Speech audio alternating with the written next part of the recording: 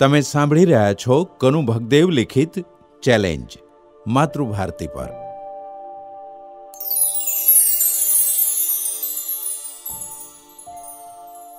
દિલીપે પૂછ્યું. એકદમ નફ્ફટ, વિશ્વાસઘાતી અને લબાડ. તો પછી આરતી શા માટે એના પ્રત્યે આકર્ષાઈ હતી? કદાચ ડ્રગ્સને કારણે. એ નશો કરતી હતી કે નહીં એની મને ખબર નથી, પણ જોની સાથે સંબંધ રાખવાનું આ એક કારણ જ હોય એવું મને લાગે છે. મારે વિશે એણે શું કહ્યું હતું? દિલીપે પૂછ્યું. એ કહેતી હતી કે તમે બહુ મજાના, પરગજુ અને ઉદાર માણસ છો. તમને જોઈને પહેલી જ નજરે તે તમને ચાહતી થઈ ગઈ હતી. ઠીક છે, દિલીપે કહ્યું. અત્યારે તો હું જોની વિશે પૂરી માહિતી જાણવા માંગુ છું. ઉપરાંત આરતી અહીં કઈ જાતનું જીવન વિતાવતી હતી એ વિશે પણ જાણવા માંગુ છું. એમાંથી જ મને ખૂનીના સગડ મળી આવશે. સાચી વાત છે. ઉષા વિચારવશ અવાજે બોલી. આરતી વિશે હું તમને એક મજાની વાત કહું છું. તે હંમેશા મારી પાસે પોતે અક્ષત કુમારિકા હોવાનો દાવો કરતી હતી. એટલે હું માનું છું કે જોની એટલા માટે જ કદાચ તેનામાં રસ લેતો હતો. બાકી હકીકતમાં આરતીને તે ચાહતો જ ન હતો.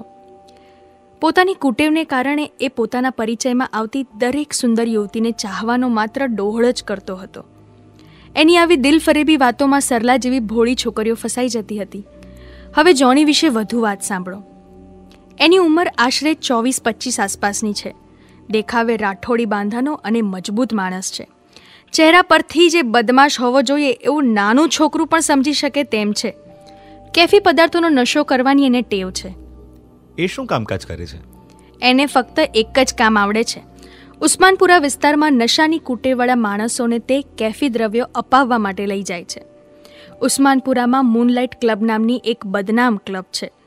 આ ક્લબમાં જુગારખાનું, શરાબ બાર અને હેરોઇન, ચરસ, સ્મેક જેવી નશા માટેનો એક જુદો જ હોલ છે. નશાખોર સ્ત્રી પુરુષો ત્યાં બેસીને પોતપોતાની જરૂરિયાત મુજબના દ્રવ્યોનો નશો કરે છે. ક્લબનો સંચાલક પોલીસ ખાતામાં અને છેક ઉપર સુધી જબરી લાગવગ ધરાવે છે. એટલે પોલીસ આંખ આડા કાન કરે છે. ક્લબ તરફથી લાગતા વળગતા અધિકારીઓને ઘેર બેઠા જ હફતાની રકમ પહોંચી જાય છે. ક્લબની વિશાળ ઇમારતનો બહારનો દેખાવ એકદમ બિસ્માર છે, પણ અંદરથી આ ક્લબ એટલી જ સુસજ્જિત છે. અગાઉ આરતી અહીં આવી ત્યારે બીજા જ અઠવાડિયે આ ક્લબમાં અમારી સાથે આવી હતી. જોની મને, સરલાને અને આરતીને ત્યાં લઈ ગયો હતો. જો કે સરલા તો ત્યાં અગાઉ પણ જઈ આવી હતી. એ ક્લબ એટલી બધી રેડિયાળ છે કે મને કદાપી બીજી વાર ત્યાં જવાનું મન થયું નથી. સેક્સનું આટલું બધું ખરાબ અને વિકૃત રૂપ મેં અગાઉ ક્યારેય જોયું નહોતું. મારી જેમ જ આરતીને પણ ભયંકર સૂગ ચડી ગઈ હતી, પણ એ વખતે તે ચૂપચાપ બેસી રહી હતી. ઠીક છે. થોડી વાર વિચાર્યા પછી દિલીપે કહ્યું. હવે હું જોનીને મળવા માંગુ છું. અત્યારે તે ક્યાં મળશે એ તમે સરલાને ફોન કરીને પૂછી લો. ઉષા ટેલિફોન સ્ટેન્ડ તરફ આગળ વધી ગઈ. પછી રિસીવર ઊંચકીને તેણે સરલાનો નંબર મેળવ્યો. સામે છેડે કેટલીય વાર સુધી સતત ઘંટડી વાગતી રહી. એણે 3-4 વખત ફરીને ટ્રાય કરી જોઈ. પરિણામ શૂન્ય. સામે છેડેથી કોઈ રિસીવર ઊંચકતું જ નહોતું. છેવટે એણે રિસીવર યથાસ્થાને મૂકી દીધું અને વિચારવશ ચહેરે પાછી આવીને દિલીપ સામે બેસી ગઈ. સરલાને ત્યાં કોઈ જવાબ નથી આપતું. ઉષાના અવાજમાં ચિંતાનો સૂર હતો. ભગવાન જાણે શું થયું હશે. કંઈ નહીં થયું હોય, દિલીપ બોલ્યો. એ ક્યાંક બહાર ગઈ હશે. અત્યારે? ઉષાએ ચિંતાતુર અવાજે પૂછ્યું. દિલીપ કંઈ જવાબ આપે તે પહેલા ટેલિફોનની ઘંટડી રણકી ઉઠી. અત્યારે કોનો ફોન હશે? દિલીપ બબડ્યો. ભગવાન જાણે.